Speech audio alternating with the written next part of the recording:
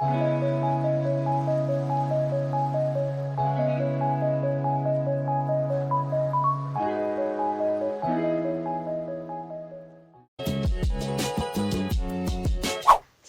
warahmatullahi wabarakatuh. Halo teman-teman semua, saya Afif.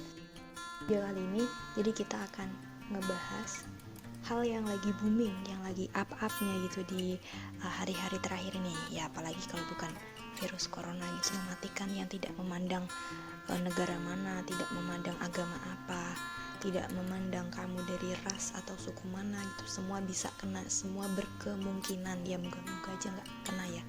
Tapi memang tidak dipungkiri bahwa virus corona ini sudah menjadi tsunami gitu, tsunami dalam bentuk yang tidak kasat mata, karena virus itu kan nggak bisa dilihat pakai mata telanjang gini ya, harus pakai alat gitu kan.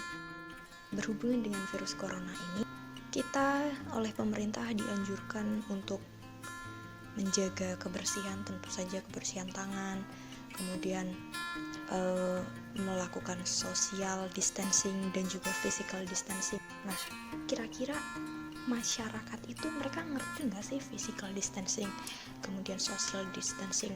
Terus apakah mereka juga menjalankan anjuran untuk menjaga kebersihan seperti mencuci tangan? Ya sekarang kita tahu lah ya, sebelum ada corona ini kan jarang banget ada rumah yang depannya tuh disediain kayak ember buat air sama sabun, jarang banget. Tapi berhubung karena ada corona nih, mendadak nih rumah nih jadi pada kayak punya souvenir sendiri-sendiri. Souvenirnya tuh ya air taruh di ember, ada sabun gitu kan. Jadi setiap kali ada orang yang masuk, kalau orangnya nih paham nih, harusnya kan cuci tangan dulu gitu kan, namanya udah disediain gitu kan ya gitu. Jadi ada bagusnya juga sih.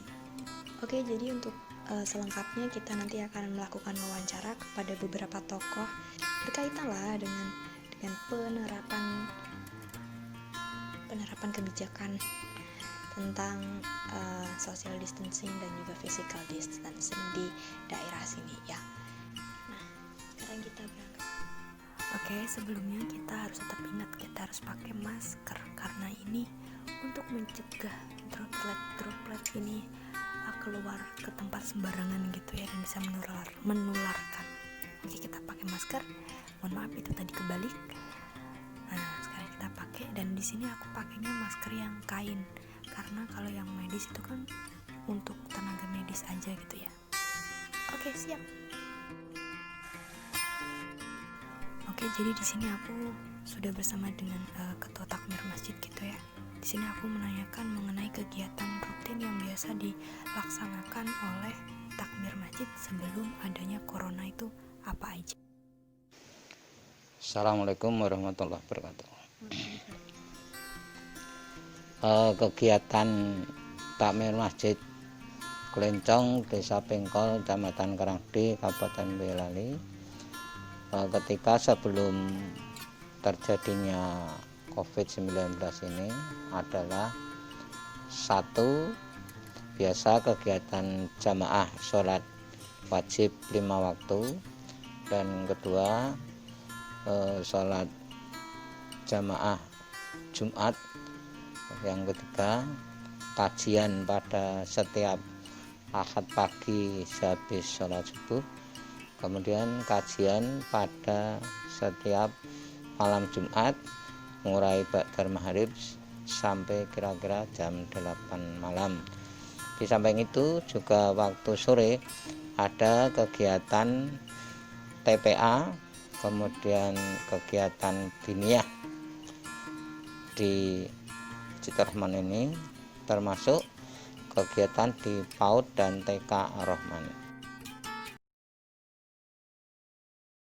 TPA kita liburkan, kemudian diniyah juga kita liburkan, sedangkan TK kita mengikuti instruksi dari atasan untuk belajar di rumah dan PAUD. Termasuk kegiatan kajian malam Jumat itu juga kita liburkan, namun kalau kegiatan Jumatan ini kita tetap laksanakan, hanya sesuai dengan petunjuk daripada atasan bahwa kegiatan Jumat harus sesuai dengan protokol COVID itu. Salah satu yang tidak biasa adalah anak-anak kecil yang biasa kalau Jumatan ikut ini tidak kita ikutkan. Kemudian cuci tangan dulu. Kemudian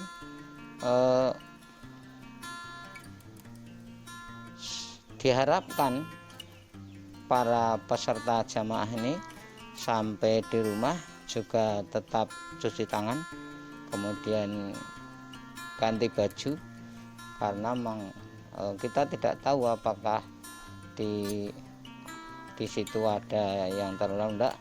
Hanya insya Allah tidak, karena itu mukimin itu orang-orang yang berada di sekitar kita itu saja, jadi tidak ada pendatang baru. Alhamdulillah selama ini tidak ada pendatang baru, tidak bepergian. Kalau terpaksa bepergian baik jauh mau pendek harus cuci tangan dulu, kemudian pakai masker, dan diharapkan tidak berhubungan terlalu dekat, misalnya kurang dari 2 meter ini ya diharapkan ya 2 meter lah jaraknya antara. Kalau di pemuda di sini cukup banyak Mbak kegiatannya. Bisa dijelaskan Mas kegiatan seperti apa? Di sini ada beberapa macam kegiatan untuk pemuda. Yang pertama yaitu ikut kegiatan ronda malam, itu pada malam Minggu khususnya, karena hari Senin sampai malam Sabtu itu sudah dijadwal oleh bapak-bapak RT. Jadi pemuda jatahnya itu pada malam Minggu. Oh, itu khusus pemuda saja. Kemudian ada lagi untuk kegiatan pemuda yaitu ikut penyemprotan, yaitu penyemprotan khusus untuk penanggulangan COVID, itu juga pada hari Minggu. Dan juga pada hari Minggu pagi pula ada beberapa pemuda yang sudah dibagi untuk membersihkan masjid, ya, untuk menanggulangi COVID itu juga. Pembersihan masjid seperti apa Mas? Ya di sana bersih masjid setiap pagi hari, dan kadang pula masjidnya disemprot pakai desinfektan itu ya, khusus untuk penanggulangan COVID yang sudah disediakan sama tabir masjid juga. Kita tinggal ngikutin aja arahannya. Nah, dari wawancara tadi kita tahu ya, ternyata di daerah sini itu penanganannya bukan penanganan, pencegahan virus ini udah ya adalah respon positif gitu kan, kayak adanya siskamling, terus ada apa sih, penutupan portal untuk jam sekian hingga jam sekian, sehingga orang luar tuh nggak bisa datang. Dan waktu lebaran pun ditutup 3 hari itu kan, tutup benar-benar tutup. Jadi mau mobil motor tuh nggak bisa masuk ya. At least emang motor tuh masih bisa sebenarnya dari bawah, cuman kalau mobil udah nggak bisa. Nah terus ada lagi yang dari masjid, karena kan di sini tempat kumpul paling rame kalau di desa kan ya masjid gitulah, kalau mayoritasnya orang muslim gitu kan. Nah di masjid di sini udah disediain cuci tangan, tempat cuci tangan yang di depannya tuh.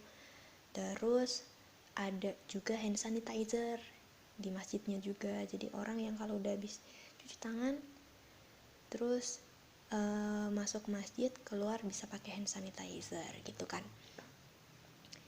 Terus dari pemudanya pun juga tanggap gitu kan, mereka ikut bantu siskamling, ikut melakukan berpartisipasi dalam pencegahan penyebaran virus ini.